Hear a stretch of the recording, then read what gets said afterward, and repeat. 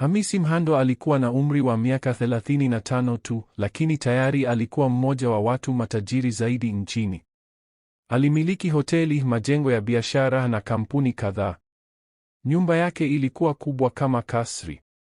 Ilikuwa na vyumba 10 vya kulala, bwawa la kuogelea, sinema ya binafsi na hata lifti. Kila kitu kilionekana kamili kwa nje, lakini ndani ya moyo wa Hamisi kulikuwa na uwazi mkubwa wa upweke. Alikaa kando ya dirisha kubwa la vioo katika jumba lake akiangalia mvua ikinyesha. Nyumba ilikuwa kimya, kimya kupita kiasi. Hakukuwa na watoto wakikimbia, hakuna mke akiita jina lake, hakuna sauti ya vicheko, kulikuwa tu na ukimya. Hamisi alikuwa amewahi kuwa na uhusiano na wanawake wengi wazuri, lakini wote walitaka kitu kimoja, pesa zake. Baadhi yao hata walimuuliza angewapa kiasi gani kabla hawajakubali kuwa na uhusiano naye. Msichana mmoja alisema, nikikuolewa nataka gari na nyumba kwanza. Mwingine alisema, nakupenda, lakini tu kama utaninunulia nguo za gharama kubwa kila mwezi. Alihisi kutumiwa. Hakuna aliyekuwa akijali yeye ni nani kweli. Walipenda pesa zake tu, hivyo akaacha kabisa mahusiano na akaamua kubaki peke yake. Jioni moja alipokuwa anakula peke yake katika chumba chake cha chakula, Hamisi alimwambia rafiki yake wa karibu na msaidizi wake binafsi, Faraji. Nimechoka, Faraji, Hamisi alisema, nimechoka na watu wa uongo, upendo wa uongo, tabasamu za uongo. Nataka kumpata mtu anayenipenda kwa ajili yangu. Faraji alitikisa kichwa. Lazima umtafute mtu anayeona moyo wako, si akaunti yako ya benki. Lakini hilo halitakuwa rahisi. Sio wakati jina lako ni Hamisi Mhando. Hamisi alifikiria kwa muda. Vipi kama nitakuwa mtu mwingine?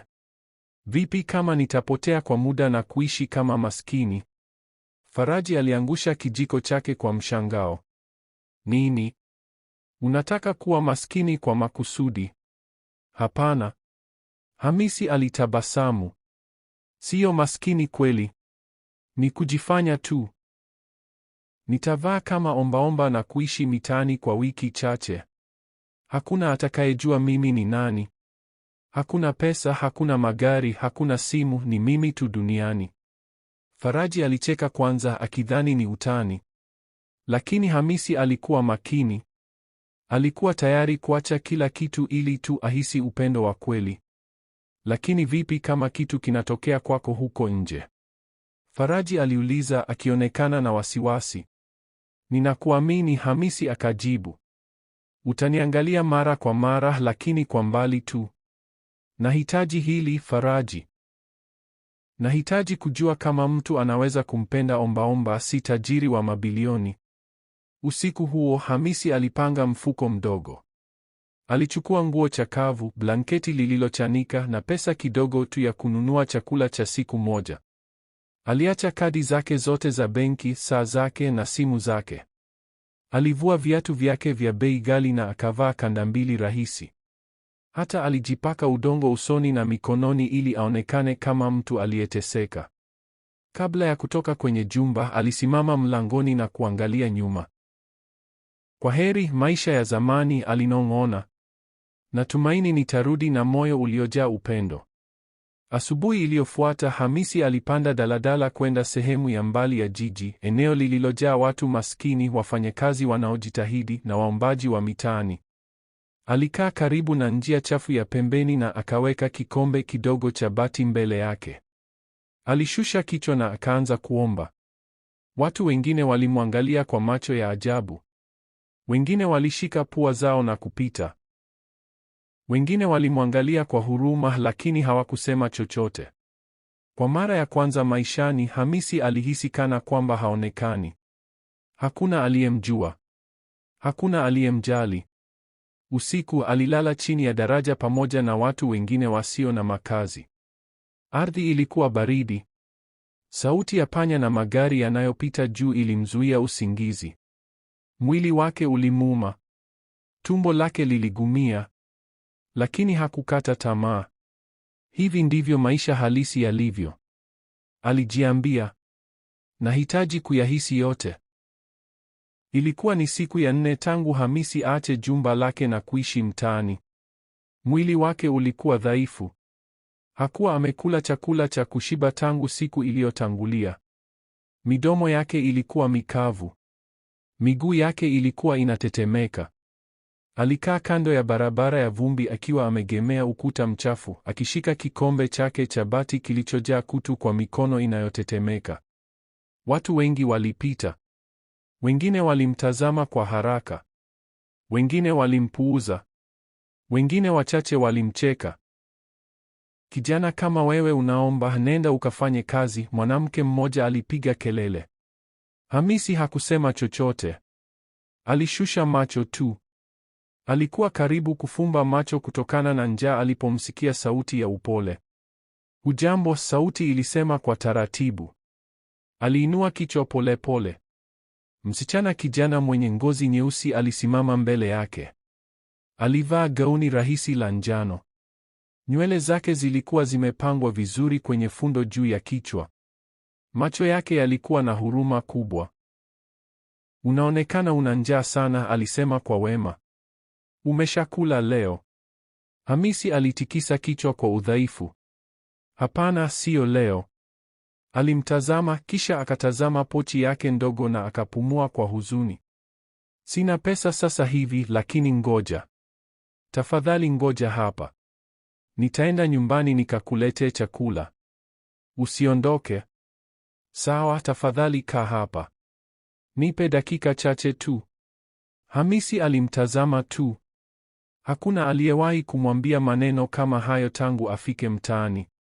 Sawa, alisema kwa sauti ya chini. Nitasubiri. Jina langu ni Rehema, alisema akitabasamu kidogo. Usisahau. Narudi. Kisha akageuka na kukimbia haraka chini ya barabara. Hamisi alimwangalia akipotelea kwenye kona. Tone dogo la machozi lilimtiririka shavuni. Hakujua kwa nini wema wake ulimgusa sana.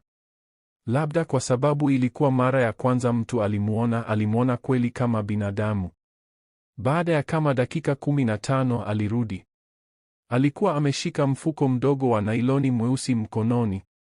Samahani, nimechelewa, alisema akipumua kwa kasi. Haya ni wali wa pilau na kipande cha samaki. Nilipika nyumbani asubuhi hii. Hamisi alifungua mfuko na harufu ya wali wa moto ikajaza pua yake. Tumbo lake likatoa sauti kubwa. Akaanza kula haraka kwa mikono yake. Rehema alikaa pembeni yake chini. Kula polepole, alisema akitabasamu. Usijisongeshe.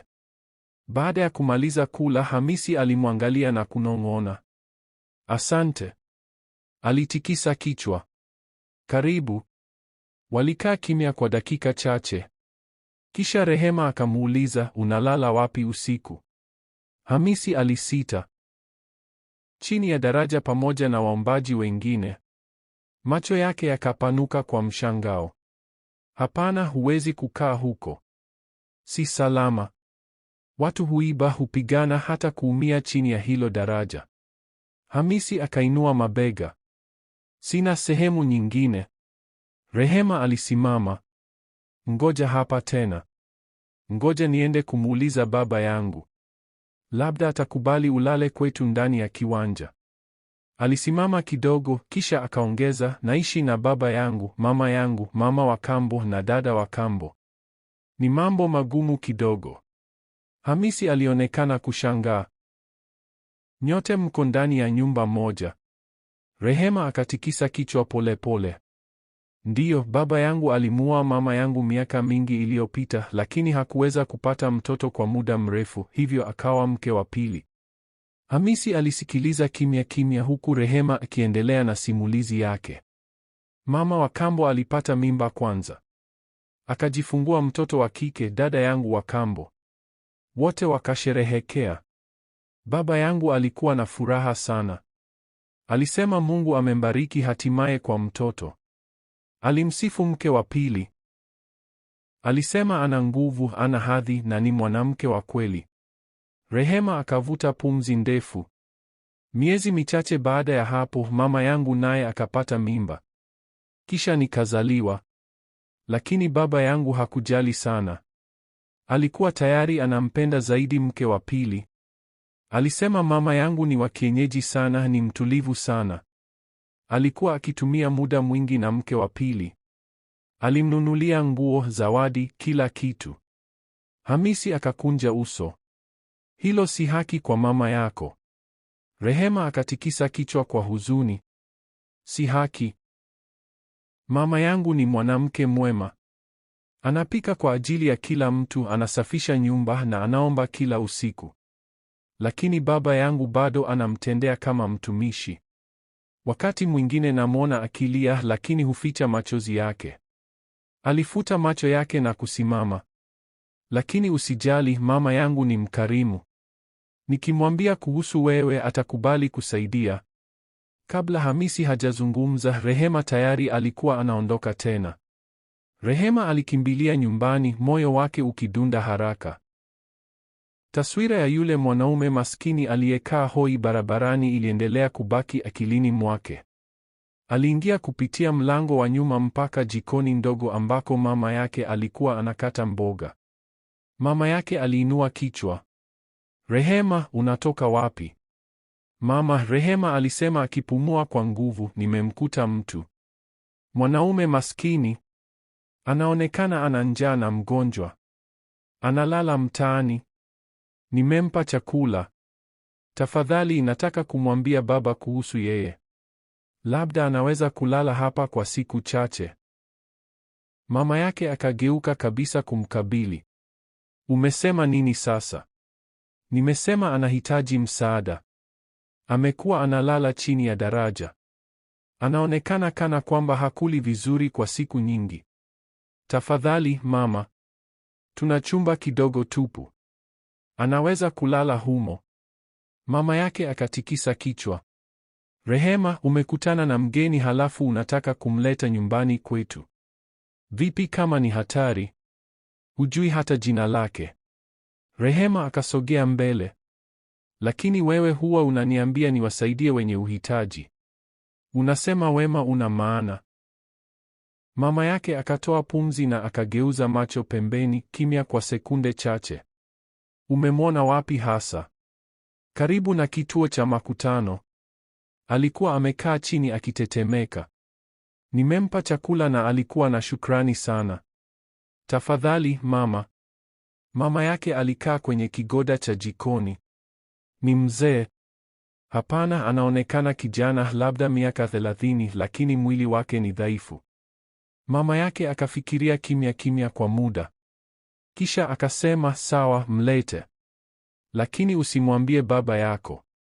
Macho ya Rehema yakapanuka. Kweli? Ndiyo, mama yake alisema. Unajua baba yako alivyo. Anamsikiliza sana mama wa kambo. Akisikia mgeni yupo ndani ya nyumba hii, atamfukuza au atanidhalilisha. Sitaki matatizo. Rehema akatikisa kichwa. Ndiyo, najua. Mama yake akamtazama. Tutamweka kwenye chumba kidogo tupu karibu na nyuma ya kiwanja. Lakini sikiliza, hatakiwi kutembea ovyo mchana.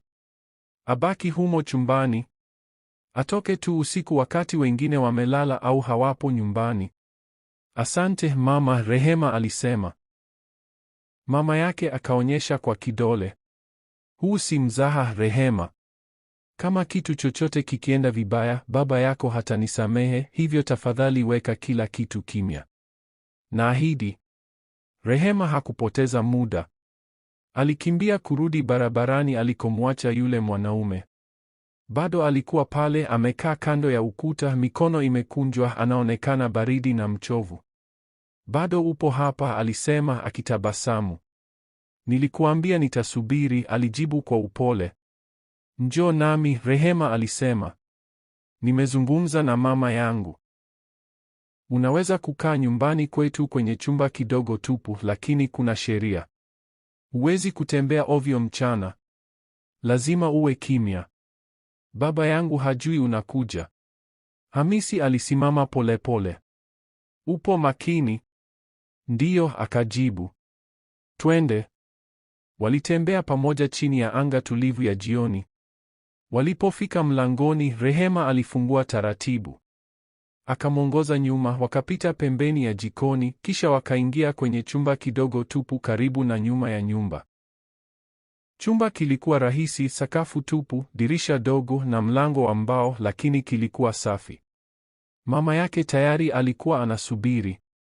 Basi huyu ndiye? Aliuliza akimwangalia Hamisi. Ndiyo mama, Hamisi alisema akishusha kichwa.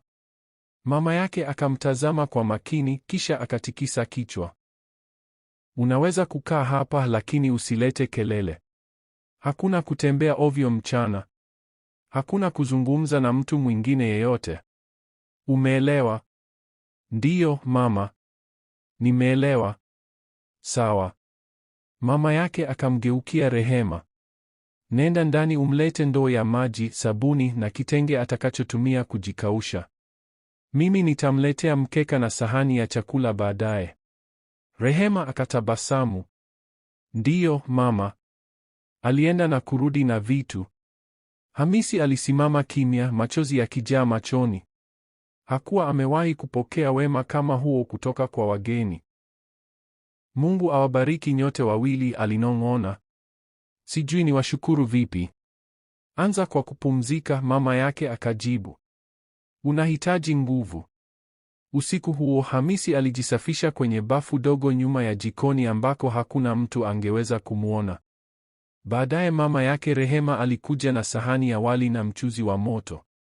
Alikula kimya kimya kisha akajilaza kwenye mkeka akiangalia dari. Kwa mara ya kwanza baada ya siku nyingi alihisi salama. Ndani ya nyumba Rehema alikaa kitandani akimfikiria. Kulikuwa na kitu fulani kwake kilichohisi tofauti. Hakuongea kama waombaji wengine. Maneno yake yalikuwa wazi, ya upole, yenye heshima. Macho yake yalionekana kama yamebeba siri. Wewe ni nani hasa? Alinong'ona mwenyewe. Asubuhi iliyofuata Hamisi aliamka mapema. Alikaa polepole, akanyosha mikono na kusikiliza. Nyumba ilikuwa kimya. Ndege walikuwa wanalia kwa upole kwenye miti nje. Jogoo alilia mbali. Aliangalia chumba kidogo na akatabasamu. Haikuwa jumba lenye kuta za dhahabu au samani za gharama, lakini kilikuwa na joto. Kilikuwa salama na kilikuja na wema, kitu ambacho pesa haziwezi kununua. Baada ya muda alisikia hodi ya taratibu mlangoni. Ni mimi, Rehema, sauti ilinong'ona. Hamisi alisimama na kufungua mlango kidogo. Rehema alisimama pale akiwa ameshika sinia ndogo ya kifungua kinywa, mkate, yai la kuchemsha na kikombe cha chai ya moto. Shikamoo, alisema kwa tabasamu. Marahaba, alijibu akichukua sinia kwa upole. Asante sana. Rehema akaingia na kuangalia huku na huko. Umelala vizuri? Sijalala vizuri hivyo kwa muda mrefu, Hamisi alisema kwa ukweli. Rehema alikaa kwenye kigoda cha mbao kona ya chumba. Natumaini chumba hakina joto sana. Wakati mwingine dirisha halileti hewa ya kutosha. Hapana, ni sawa, alisema. Kinatosha zaidi ya kutosha. Alikula kimya kimya huku Rehema akimtazama. Kwa muda walikaa bila kusema, lakini macho yao yalikuwa yanakutana mara kwa mara. Kwa nini ulikuwa mtaani? Rehema aliuliza hatimaye. Nini kilikutokea? Hamisi alisimama kwa mawazo. Hakuweza kumwambia ukweli. Bado. Hivyo akasema kwa uangalifu. Maisha yaligeuka. Nilipoteza kila kitu nilichokuwa nacho. Rehema akashusha macho. Samahani. Una haja, alijibu kwa upole. Umenifanyia zaidi ya mtu yeyote aliyewahi kunifanyia. Rehema akatabasamu, ingawa macho yake yalionekana na huzuni. Nilitaka tu kusaidia. Na umesaidia. Ghafla walisikia hatua ndani ya nyumba kuu. Rehema alisimama haraka. Baba yangu ameamka. Lazima niende sasa. Tafadhali usitoke mpaka jioni. Sitatoka, Hamisi akaahidi. Akaondoka kimya kimya, akamwacha peke yake. Siku mbili baadaye matatizo yakaanza kuibuka ndani ya nyumba. Rehema alikuwa anajitahidi kuweka siri yake salama. Aliendelea kumletea Hamisi chakula na maji asubuhi na jioni. Mama yake alisaidia kimya kimya, akihakikisha baba yake Rehema au mke wa pili, Bibi Stella, hawashuku chochote. Lakini ndani ya nyumba yenye siri nyingi, mtu lazima angegundua.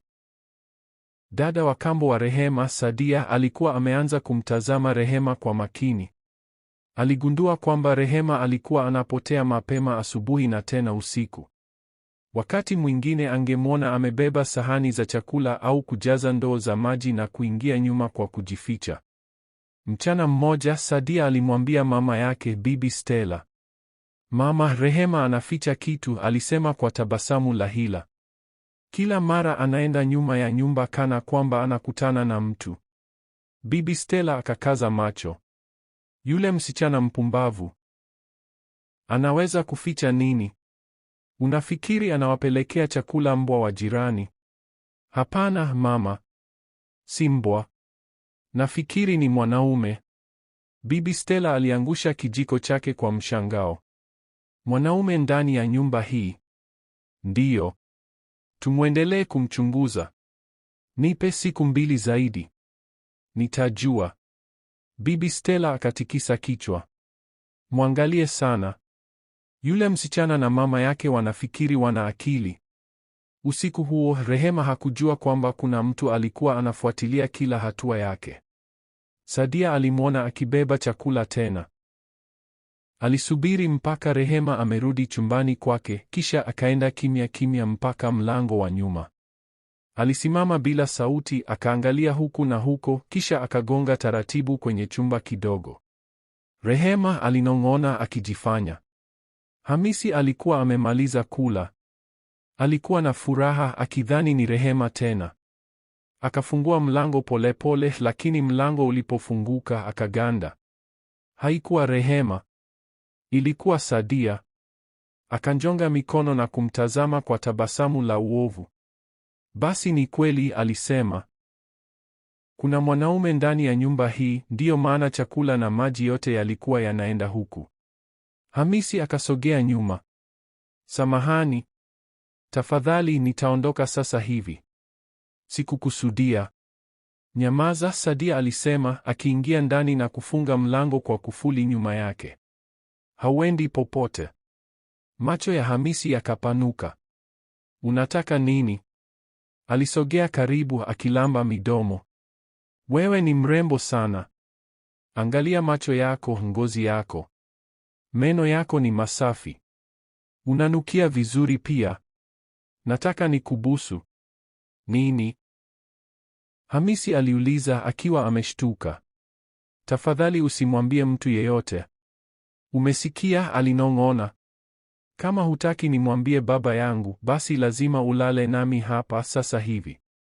Hamisi akajiondoa. "Wewe ni wa bei rahisi kiasi hicho. Hujui hata mimi ni nani, halafu unataka nilale na wewe? Hiyo ni chafu." Sadia akacheka. "Bei rahisi? Hiyo si kazi yako. Ninatamani na mwili wangu una moto. Ukinitendea vizuri usiku huu, nitaificha siri yako." Hamisi akatikisa kichwa kwa hasira. "Wewe hujisitiri. Wewe ni wa bei rahisi. Una haya na unahitaji msaada." Tusi hilo likamuunguza. Alisogea na kujaribu kumgusa, lakini Hamisi akamsukuma mkono. "Toka nje," Hamisi alisema. Ghafla Sadia akapiga kelele juu kabisa. Baba, msaada. Kuna mgeni ndani ya nyumba. Anataka kunifanyia mambo mabaya." Moyo wa Hamisi ukasimama. "Unafanya nini?" Kwa sekunde chache kiwanja kizima kikaamka. Baba yake Rehema akaja mbio akiwa na fimbo ndefu mkononi. Bibi Stella akamfuata akipiga kelele. Sadia tayari alikuwa chini analia machozi ya uongo. "Yupo hapa," akalia. "Ametokea tu. Alitaka kunigusa." Baba yake Rehema akainua fimbo. "Wewe umeingia nyumba yangu kuiba na kumgusa binti yangu. Leo lazima uende kukutana na waliokutangulia." Akakimbilia Hamisi na kumpiga kwa fimbo. Hamisi akazuia kwa mkono, akaanguka nyuma. Rehema na mama yake wakatoka mbio nje. Baba, acha! Rehema alipiga kelele. Hajafanya chochote. Nyamaza, baba yake akapiga kelele. Huyu ndiye mgeni unayemficha? Ndiyo, lakini hana hatia, Rehema akalia. Hajamgusa mtu yeyote. Sadia anadanganya. Hamisi akasimama polepole. Mzee, tafadhali. Mimi si mwizi. Nimekuja hapa kwa sababu Rehema na mama yake wamenisaidia. Sijafanya kosa lolote. Unadhani nitakuamini? Baba yake Rehema akapiga kelele. Umeingia ndani ya nyumba yangu kama nyoka. Utajifunza somo leo. Aliinua fimbo tena, lakini Hamisi hakusogea. Subiri, mama yake Rehema akaingia mbele yake. Tafadhali sikilizeni ukweli. Lakini Bibi Stella akamsukuma pembeni. Umeleta mwanaume ndani ya nyumba hii bila ruhusa ya mume wako. Sasa binti yako anajaribu kumlinda. Mwanamke bure. Rehema akakimbia na kushika mkono wa Hamisi. Usijali. Sitawaacha wakukuumize. Machozi yakamtoka. Baba yake akamtazama kwa masikitiko. Kwa hiyo sasa unapigana nami kwa ajili ya huyu mwanaume mchafu? Sio mchafu, Rehema akapiga kelele. Yeye ndiye mtu mkarimu zaidi niliyewahi kukutana naye. Sadia alisimama pembeni ya mama yake, analia uongo. Anadanganya. Alitaka kunibusu. Alinigusa. Wewe ni mwongo, Rehema akapiga kelele. Hamisi akatikisa kichwa. Wewe ni mwovu. Majirani wakaanza kukusanyika kwenye uzio wakitazama vurugu. Baba yake Rehema akamgeukia Hamisi. Una dakika 10 kuondoka hapa kabla sijaita polisi. Lakini kabla Hamisi hajasongea, Rehema alisimama kwa ujasiri mbele yake, machozi yakimtoka. Hapana, kamwe, alisema kwa udhabiti. Haondoki. Akiondoka nami naondoka naye. Wote wakashangaa. Uso wa baba yake ukawa mwekundu kwa hasira. Umesema nini? Umesikia? Rehema akasema tena. Akiondoka nami naondoka. Mama yake Rehema akasogea na kushika mkono wa Rehema. Na mimi nitaondoka na binti yangu. Kwa kuwa sipo karibu hapa, ni bora niondoke pia. Ulishamchagua mke wako wa pili mpumbavu juu yangu zamani. Baba yake akacheka kwa dharau. Basi iwe hivyo. Ondokeni nyote wawili, wewe mwanamke wa kienyeji mchafu. Nilijua tu. Huyu kijana amekuwa analala na wewe na binti yako bure. Macho ya mama yake Rehema yakapanuka. Nini? Unathubutu vipi kuzungumza nami hivyo? Akasogea mbele, sauti yake ikiwa imara na kubwa. Unafikiri wewe ni mwanaume? Unafikiri wewe ni mwenye busara? Ni wewe na huyo mke wako unayemwita wa hadhi ndio wasiojitambua na wasio na maana. Umenitendea mimi na binti yangu kama watumwa kwa miaka. Lakini sasa basi. Bibi Stella akatoa sauti ya kejeli na kupiga makofi. Ondokeni, wewe mwanamke wa kijijini. Hufai kuwa kwenye nyumba hii. Mama yake Rehema akatabasamu. Umesema kweli. Sifai kuwa hapa. Mungu asifiwe. Akamgeukia Rehema. Nenda ukapange vitu vichache. Tunaondoka sasa. Rehema akakimbia ndani, machozi machoni, lakini moyo umejaa ujasiri. Akachukua mfuko mdogo na kupakia nguo zake na vitu vichache vya mama yake. Hamisi alimsaidia mama yake kubeba boksi dogo lenye sufuria na sahani. Walipotoka kwenye kiwanja, baba yake alipiga kelele nyuma yao, msirudi tena. Mtajuta. Rehema hata hakugeuka. Mama yake alitembea kifua mbele, akishika mkono wa Rehema kwa nguvu. Hamisi alitembea pembeni yao, kimya kimya, akibeba mizigo, moyo wake umejaa hisia zinazochanganyika. Baada ya dakika 30 walifika eneo tulivu pembezoni mwa mji. Mama yake Rehema alisimama mbele ya nyumba ndogo ya zamani. Kuta zilikuwa na vumbi na kiwanja kilikuwa tupu. Kulikuwa na geti la chuma lililolia alipolifungua. "Hii ni nyumba ya baba yangu," alisema kwa sauti ya chini. Rehema akaangalia. "Mama, nilidhani nyumba hii imeachwa." Mama yake akatikisa kichwa. "Ndiyo, wazazi wangu walifariki miaka mingi iliyopita, lakini kulikuwa na ndugu anaishi hapa. Aliondoka kwenda mjini mwezi uliopita. Tangu hapo nyumba imekuwa tupu. Mungu amekuletea kwetu na sasa naona hii kama nafasi yangu ya kuwa huru hatimaye." Wakaingia ndani. Ilikuwa na vyumba viwili, jiko dogo na bafu nyuma. Nyumba ilikuwa ya zamani lakini bado imara. Rehema akatabasamu na kumkumbatia mama yake. "Ninajivunia mama." Mama yake akafuta machozi. "Hapana mwanangu, mimi ninajivunia wewe. Umesimama na mgeni wakati wengine walimgeukia. Hilo linahitaji ujasiri." Hamisi akatazama kimya kimya, kisha akawageukia. "Mama, nyinyi wawili hamkupaswa kunifuata. Mlikuwa na makazi. Mlikuwa na pa kukaa. Mimi ni mwanaume maskini tu." Mama yake Rehema akasogea na kuweka mkono kwenye bega la Hamisi. "Mwanangu, usiseme hivyo. Kuondoka huko ni kama kutupa takataka mbovu. Huyo mwanaume na huyo mke wake anayejifanya wa hadhi wametutesa kwa muda mrefu. Nilikuwa natafuta njia ya kuondoka. Mungu amekutumia kuwaokoa." Macho ya Hamisi yakajaa machozi. "Lakini sasa mtafanyaje?" Rehema akasema, "Tutaanza upya. Tutasafisha nyumba hii, tutarekebisha tunachoweza na tutaishi kwa amani. Hatuna mengi lakini angalau tuna kila mmoja." Mama yake akatikisa kichwa. "Ndiyo. Nitaanza kuuza mboga sokoni tena. Labda baadaye tunaweza kuanzisha biashara ndogo ya chakula. Kinachojali zaidi ni amani na upendo." Hamisi alikaa kwenye benchi la mbao la zamani sebuleni. Aliwaangalia Rehema na mama yake na akahisi kitu cha ajabu kifuani. Walikuwa wameacha kila kitu kumfuata. Mtu aliyeamini ni ombaomba. Baadaye Hamisi akatoka nje na kutazama nyota. Hakuwahi kuhisi amani kama hii. Kwenye jumba lake alikuwa na vyumba 10, mpishi binafsi na sahani za dhahabu za gharama. Lakini hapa kwenye nyumba ndogo ya zamani yenye wanawake wawili waliompa upendo na heshima, alihisi kama yuko nyumbani. Alihisi kitu cha kweli. Akatabasamu mwenyewe. "Nilikuja kutafuta upendo wa kweli," alinong'ona. "Lakini nafikiri nimepata kitu kikubwa zaidi. Familia." Siku zikapita tangu Rehema, mama yake na Hamisi waishi kwenye nyumba hiyo tulivu pembezoni mwa mji.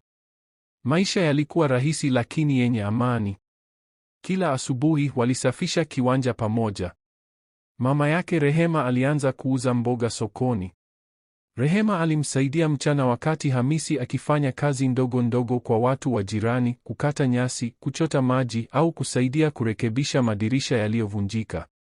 Ingawa walikuwa na kidogo, walicheka mara nyingi. Mioyo yao ilikuwa imejaa. Jioni moja tulivu, baada ya chakula cha jioni, Hamisi alikaa nje na Rehema chini ya mti mkubwa wa mwembe ndani ya kiwanja. Nyota zilikuwa zinang'aa juu yao na hewa ilikuwa baridi. Sauti ya vidubwasha ilijaza usiku. Rehema akaegemeza kichwa chake kwenye bega lake. "Asante kwa kubaki," alinong'ona. Hamisi akamtazama. "Sikuwa na uchaguzi," alisema kwa upole. "Tangu siku ya kwanza ulinipa chakula nilihisi kitu ambacho sijawahi kuhisi." Rehema akatabasamu. "Nami nilikihisi. Hata kabla sijajua jina lako, nilijua tu wewe si kama watu wengine." Kulikuwa na ukimya mfupi. Kisha Hamisi akamgeukia kabisa na kushika mkono wake. Moyo wake ulikuwa unapiga haraka.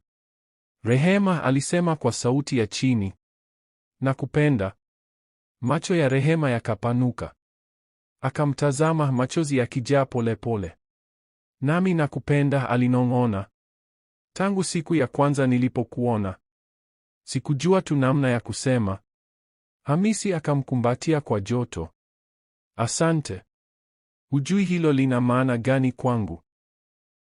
Mimi ndiye ninapaswa kukushukuru, alisema. Umenifanya niamini upendo. Usiku huo walikaa pamoja kwa saa nyingi wakizungumza kuhusu ndoto zao, hofu zao na yaliyopita. Rehema akasema jinsi anavyotamani kumaliza shule na kuwa muuguzi. Hamisi alisikiliza tu akitabasamu mwenyewe. Bado hakujua yeye ni nani hasa. Wiki mbili baadaye, Hamisi aliwaita Rehema na mama yake sebuleni. Nimefanya uamuzi, alisema kwa uzito. Wote wawili wakamtazama. Siwezi kuacha mteseke hivi kwa sababu yangu. Mimi ni mwanaume. Na kama nataka kumuoa Rehema kweli, lazima nifanye kazi kwa bidii na kujenga maisha yetu. Nataka kwenda mjini. Moyo wa Rehema ukaruka. Kwenda mjini? Aliuliza polepole. Ndiyo, alisema. Nahitajika kufanya kazi, kuweka akiba na kujiandaa. Siwezi kuendelea kula chakula chenu na kulala chini ya paa lenu milele. Rehema alisimama. Hapana, sitaki uende. Hamisi akavuta mkono wake. Rehema, tafadhali. Hii si kuagana. Hii ni ahadi. Nitarudi kukuja kukuchukua. Nitajenga maisha yetu uliostahili. Machozi yakamjaa Rehema. Lakini vipi kama hurudi? Nitarudi, alisema kwa udhabiti. Ninaapa, nahitaji muda tu. Mama yake Rehema ambaye alikuwa kimya akasema hatimaye, binti yangu, msikilize. Yeye ni mwanaume mwema na hili ndilo sahihi. Akikaa hapa atafanya nini? Ana ndoto na wewe pia una ndoto. Mwache aende na tumuombee mafanikio. Rehema akamtazama mama yake kisha Hamisi. Moyo wake ulikuwa mzito. Sawa, alisema kwa sauti inayotetemeka. Lakini tafadhali usivunje moyo wangu. Sita, Hamisi alisema akimkumbatia kwa nguvu. Wewe ndiye pekee niliye naye. Nitarudi nikiwa bora na mwenye nguvu. Asubuhi iliyofuata Hamisi alipanga mfuko wake mdogo. Alivaa nguo safi na akapiga dawa kanda mbili za zamani alizopewa na Rehema. Kabla ya kuondoka, Hamisi alimkumbatia mama yake Rehema. Asante kwa kila kitu. Akatabasamu. Nenda salama mwanangu. Mungu akulinde. Akamgeukia Rehema. Hakusema neno. Alimtazama tu kwa macho yenye machozi. Nitarudi, Rehema. Ninaapa. Umenipa sababu ya kuishi tena. Rehema akatikisa kichwa kisha akamkumbatia kwa nguvu. Nitakusubiri hata itachukua muda gani. Hamisi akambusu paji la uso kwa upole kisha akaondoka akibeba mfuko na ndoto zake. Rehema alisimama getini muda mrefu baada ya yeye kuondoka akiangalia barabara. Jioni hiyo alikaa kimya kimya mlangoni akitazama mwezi. Mama, alisema kwa sauti ya chini, ndiyo mwanangu. Vipi kama atanisahau? Mama yake akaja na kukaa pembeni yake. Hatasahau. Wasahau watu waliokuokoa. Rehema akaigemeza kichwa kwenye bega la mama yake. Ninaogopa, alinong'ona. Mama yake akampapasa mgongo taratibu. Nami niliogopa siku niliyemua baba yako. Lakini upendo si kutokuwahi kuogopa. Ni kuwa jasiri. Hata wakati moyo wako unatetemeka. Rehema akafumba macho. Ninamkosa tayari. Najua mwanangu, lakini usijali. Ikiwa ni mpango wa Mungu, hakuna kitakachomzuia kurudi. Hamisi aliporudi mjini, alijua mtu wa kwanza ambaye alipaswa kuzungumza naye ni baba yake. Mzee huyo alikuwa amemlea kwa maadili, wema, uaminifu na ujasiri. Na sasa kwa kuwa amepata upendo wa kweli, ilikuwa wakati wa kufungua moyo wake. Jioni hiyo Hamisi aliingia kwenye jumba la baba yake, Mzee Mhando. Malango marefu, sakafu zinazoangaza na taa kubwa vilihisi tofauti sasa.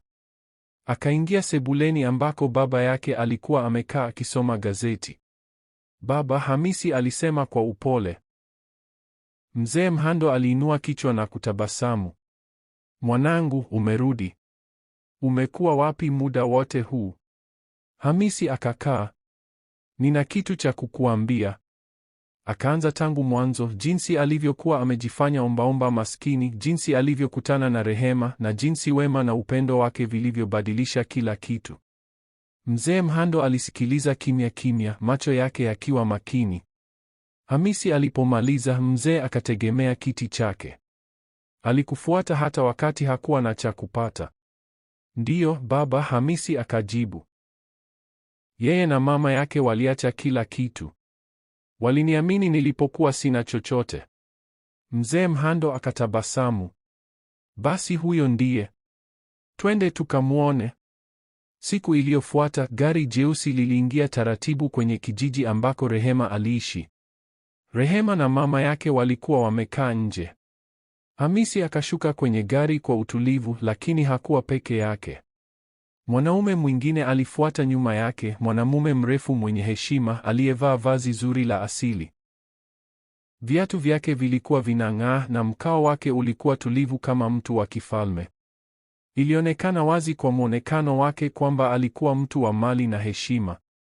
Rehema na mama yake walisimama wakiwa wameganda kwenye mlango wa kiwanja chao kidogo. Hawakuamini macho yao. Mdomo wa Rehema ukafunguka polepole. Hamisi. Mama yake akapumua kwa mshangao. Mungu wangu, kweli ni yeye? Hamisi akatabasamu kwa joto. Ndiyo, ni mimi.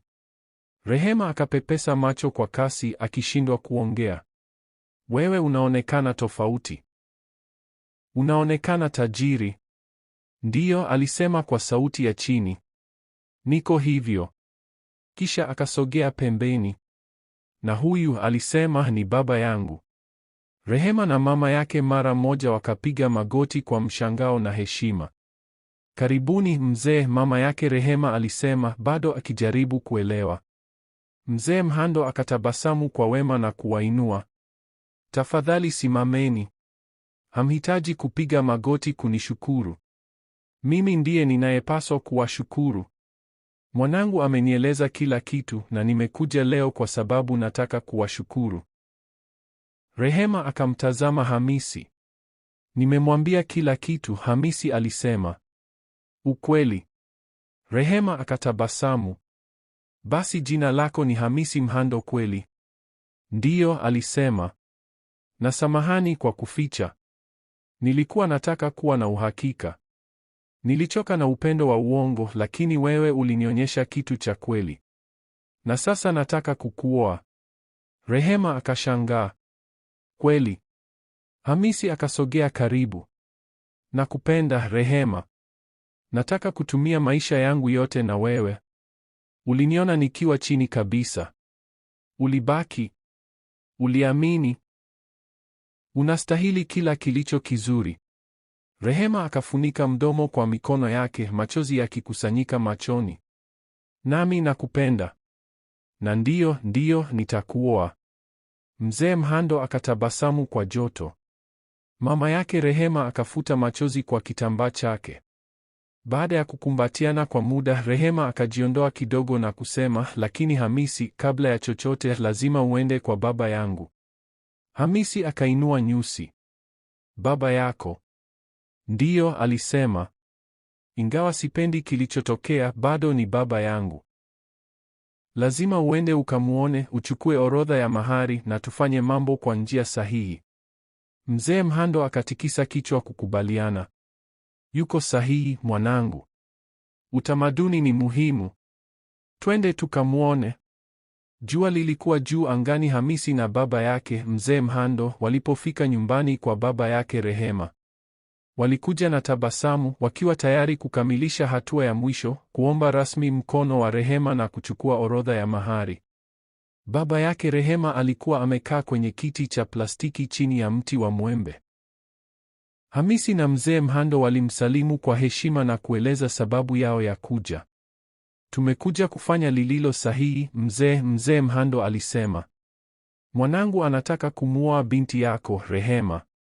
Tuko tayari kuchukua orodha na kuanza maandalizi. Badala ya kutabasamu au kuonyesha furaha, baba yake Rehema alikunja uso. Hapana, alisema kwa baridi. Huwezi kumuoa Rehema. Hamisi alichanganyikiwa. Lakini mzee, kwa nini? Baba yake Rehema akainama mbele, sauti yake ikiwa thabiti. Katika nyumba hii, Sadia ndiye binti wa kwanza. Mpaka aolewe, Rehema hawezi kuolewa. Huo ni utamaduni wetu. Kama unataka kumuoa Rehema, basi oa wote wawili. Au subiri mpaka Sadia apate mume. Mzee Mhando akapepea macho kwa mshangao. Nini? Ndiyo, alisema kwa majivuno. Nenda ukaulize yeyote hapa. Hivyo ndivyo mambo yanavyofanywa. Binti wa kwanza lazima aolewe kwanza. Hatuko tayari kuvunja desturi zetu kwa sababu umeja na pesa na mavazi mazuri. Mikono ya Hamisi ikakaza ngumi. Baba yake akasimama, macho yakiwa wazi. Hiyo ni upuuzi, mzee Mhando alisema. Unataka mwanangu asubiri milele kwa sababu binti yako wa kwanza hajapata mume. Hilo ni tatizo lako, si langu. Baba yake Rehema akajibu bila aibu. Kama hupendi, ondoka.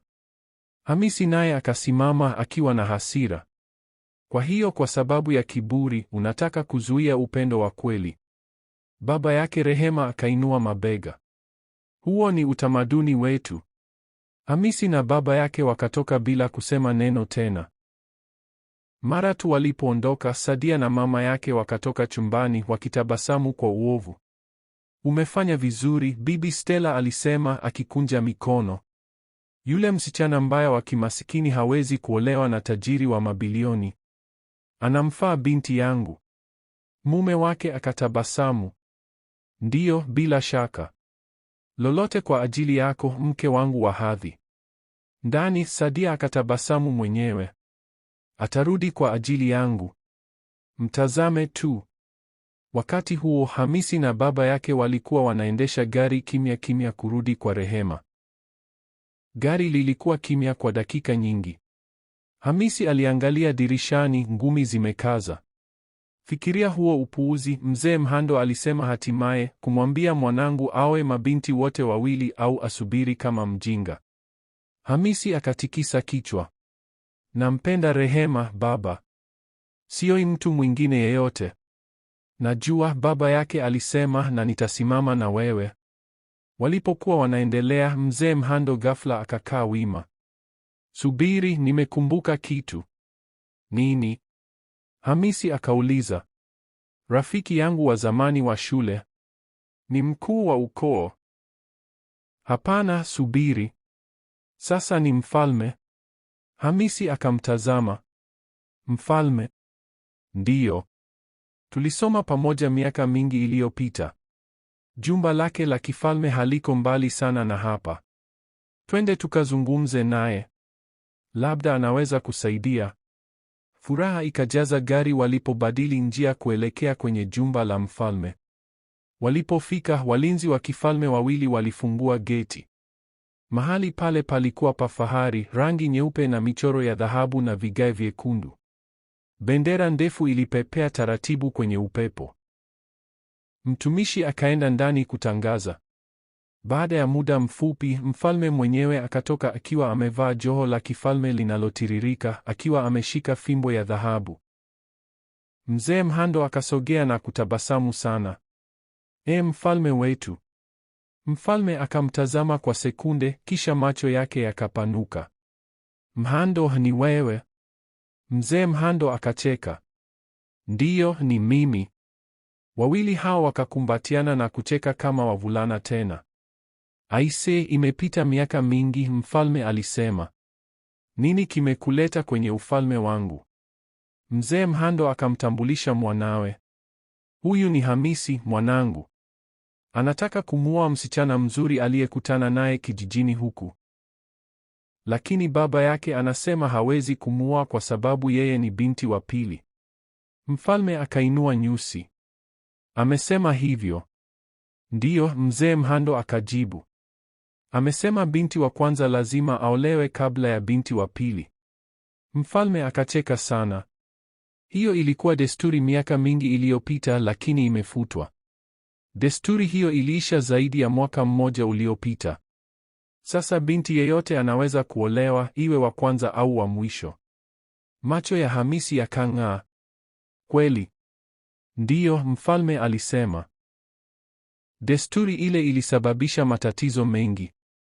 Wasichana walilazimishwa kusubiri miaka kwa sababu dada yao mkubwa hakupata mume. Haikuwa haki. Hivyo tukaiondoa. Mzee Mhando akavuta pumzi kwa faraja. Mungu asifiwe. Nilijua kuna kitu si sahihi. Mfalme akasimama. Usijali rafiki yangu.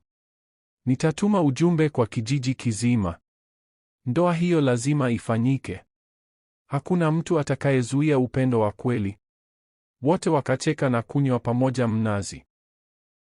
Jioni hiyo Hamisi na baba yake walirudi kwa Rehema na kumweleza kila kitu. Mdomo wa Rehema ukabaki wazi. Baba yangu alisema nini? Anataka nimuoe Sadia au nisubiri mpaka aolewe? Hamisi alisema. Rehema akatikisa kichwa kwa huzuni. Hiyo ni mbaya. Nilidhani amebadilika. Lakini kuna habari njema, mzee Mhando akaongeza. Ni nini? Mama yake Rehema akauliza. Tulienda kwenye jumba la mfalme.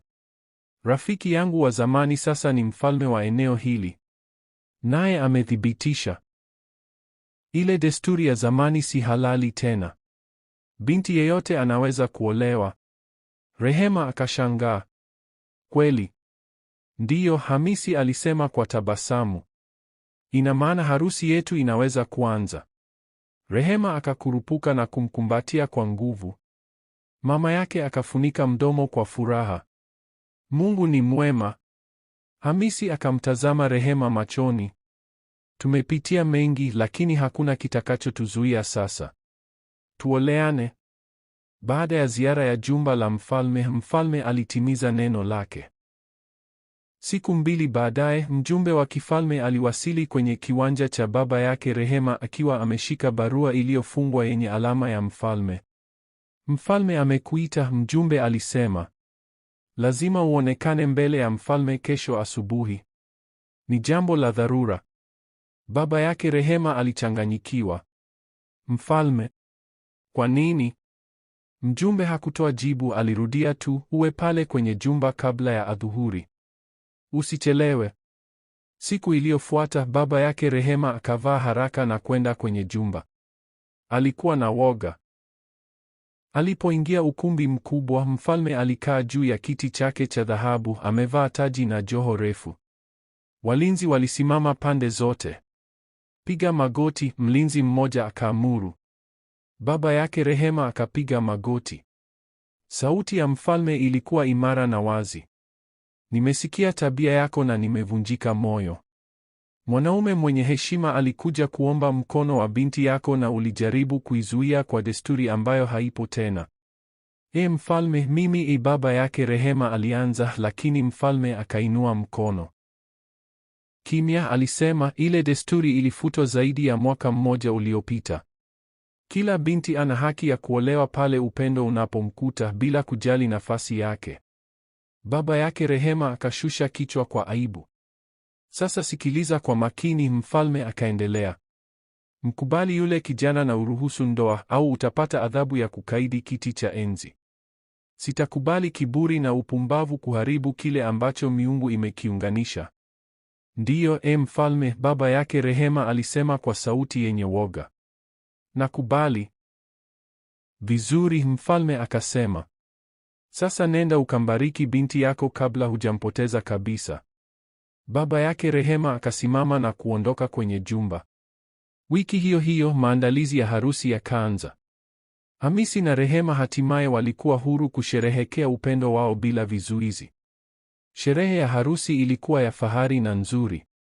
Mapambo yaling'aa, muziki ulipigwa kwa furaha na wageni walitoka mbali na karibu kushuhudia simulizi la upendo lililogusa mioyo ya wengi. Rehema alivaa gauni refu jeupe, uso wake uking'aa kwa furaha. Hamisi alisimama kwa kujiamini kwenye vazi lake la asili, akishika mkono wake kwa fahari. Mama yake Rehema alilia machozi ya furaha na hata baba yake, ingawa amenyenyekea, alisogea na kutoa baraka. Nilikuwa kipofu, alinong'ona kwa Hamisi. Lakini asante kwa kutokukata tamaa. Hamisi akatikisa kichwa. Anastahili kila kitu. Baada ya harusi, Hamisi aliwapeleka Rehema na mama yake mjini. Aliwahamishia kwenye jumba zuri lenye sakafu zinazong'aa, vitanda laini na bustani kubwa iliyojaa maua. Mama yake Rehema alipata chumba chake mwenyewe na kila kitu alichowahi kukikosa. Amani hatimaye ilikuwa imefika. Lakini kijijini, Sadia na mama yake walijaa hasira. Inawezekanaje hili? Stella alipiga kelele. Yule msichana wa kimasikini sasa anaishi kwenye jumba na tajiri wa mabilioni. Sadia akakaza ngumi. Hiyo ilipaswa kuwa mimi. Mimi. Stella akamgeukia mume wake na kupiga kelele, wewe mwanaume mjinga. Kwa nini uliruhusu hili? Ulipaswa kumlazimisha Hamisi awe mabinti wote wawili. Baba yake Rehema alikaa kimya, lakini uso wake ulikuwa mwekundu kwa hasira.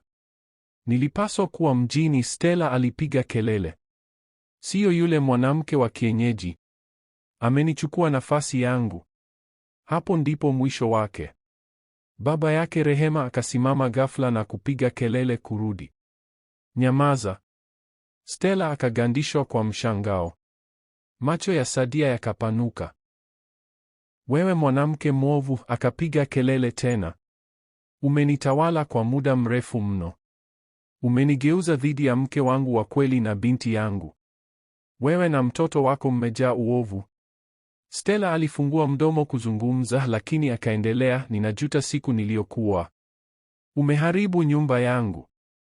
Umenijaza kiburi na kunifanya niwafukuze watu pekee waliopenda kwa kweli. Sadia akalia, baba, usiniite baba, akapiga kelele. Wewe na mama yako ndiyo sababu nimepoteza kila kitu. Na bado mnataka kupigana? Mwacheni Rehema na mama yake. Waache wafurahie amani yao. Stella akageuza uso, mwenye uchungu na kushindwa. Lakini Sadia na mama yake hawakuwa wamekoma. Usiku mmoja walipanga mfuko mdogo na wakaingia kwenye basi. Walikuwa wanaenda kumwona mganga mashuhuri katika kijiji kingine. Kama hatuwezi kuwazuia kwa maneno, Stella alisema kwa baridi, tutawazuia kwa hirizi. Rehema na mama yake lazima wapotee. Kisha Hamisi atarudi na kukuoa. Sadia akatikisa kichwa. Hatuna uchaguzi. Lazima tufanye hivyo. Basi likaanza kusonga. Ilikuwa ni usiku wa giza wa dhoruba. Mvua ilinyesha kwa nguvu. Ngurumo ilitanda. Lakini mioyo yao ilikuwa imejaa uovu. Basi lilipoingia kwenye kona kwenye barabara ya mteremko yenye utelezi, dereva akapoteza mwelekeo. Matairi yakateleza. Abiria wakapiga kelele. Basi likapinduka mara 3. Asubuhi ilipofika, habari ilikuwa kila mahali. Ajali mbaya ilikuwa imetokea. Abiria 2 tu hawakunusurika. Sadia na mama yake walikufa papo hapo. Wiki 2 baadaye, baba yake Rehema hakuweza kuvumilia ukimya tena. Moyo wake ulikuwa mzito na majuto yalimfuata kila mahali kama kivuli. Nyumba iliyowahi kuwa na kelele na drama sasa ilikuwa kimya. Hakuna Stella, hakuna Sadia, hakuna Rehema, hakuna vicheko, ni upweke tu. Alikaa kwenye benchi lile lile chini ya mti wa mwembe ambako aliwahi kumfokea mke wake wa kwanza. Sasa alikaa pale akilia. Alikuwa sahihi siku zote, alinong'ona mwenyewe. Na mimi nilikuwa mjinga.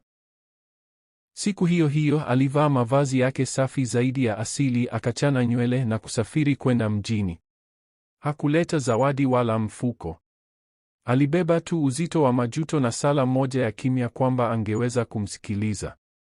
Alipofika getini kwa nyumba ambako Rehema na mama yake sasa waliishi pamoja na Hamisi, aligonga taratibu. Mlinzi akauliza, unataka kumwona nani? Mimi ni baba yake Rehema, alisema. Tafadhali mwambie mama yake niko hapa. Baada ya muda mama yake Rehema akatoka. Alisimama hatua chache mbali naye, mikono imekunjwa, uso wake mtulivu lakini mzito. Baba yake Rehema akapiga magoti mara moja. Tafadhali, alianza, sauti ikitetemeka, nisamehe. Nilikuwa mjinga. Niliruhusu kiburi, desturi na mwanamke mwovu kunigeuza kuwa kitu nisicho.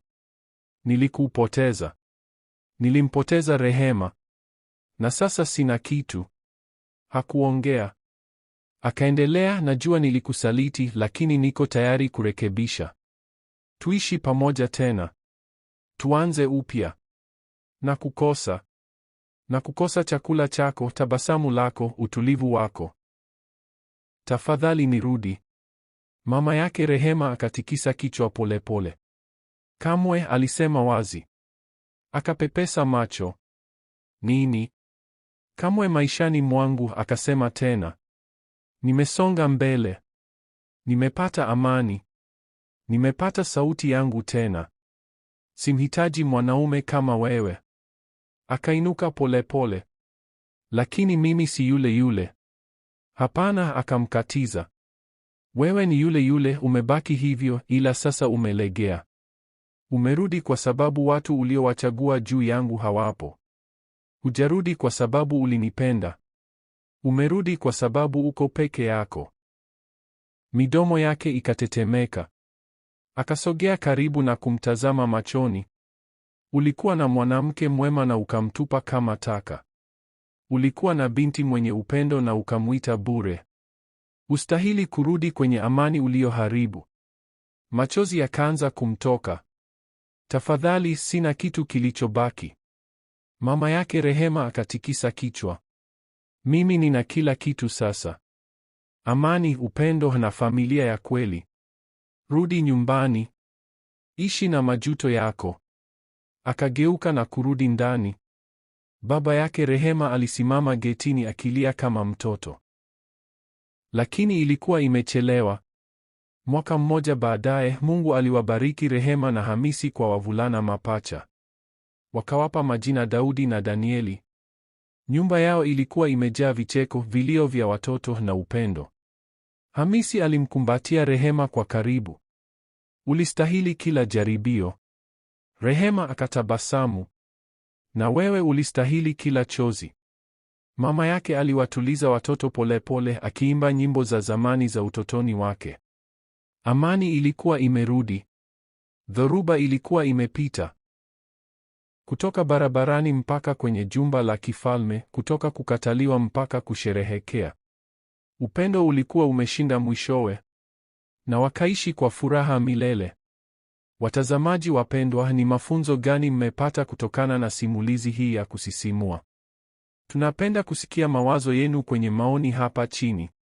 Kama umeipenda hadithi, bonyeza alama ya kulike, ishiriki na marafiki na bonyeza kitufe cha kujisajili. Usisahau kuwasha kengele ya taarifa ili usikose masasisho yetu ya hivi karibuni. Asanteni kwa kutazama na mbarikiwe.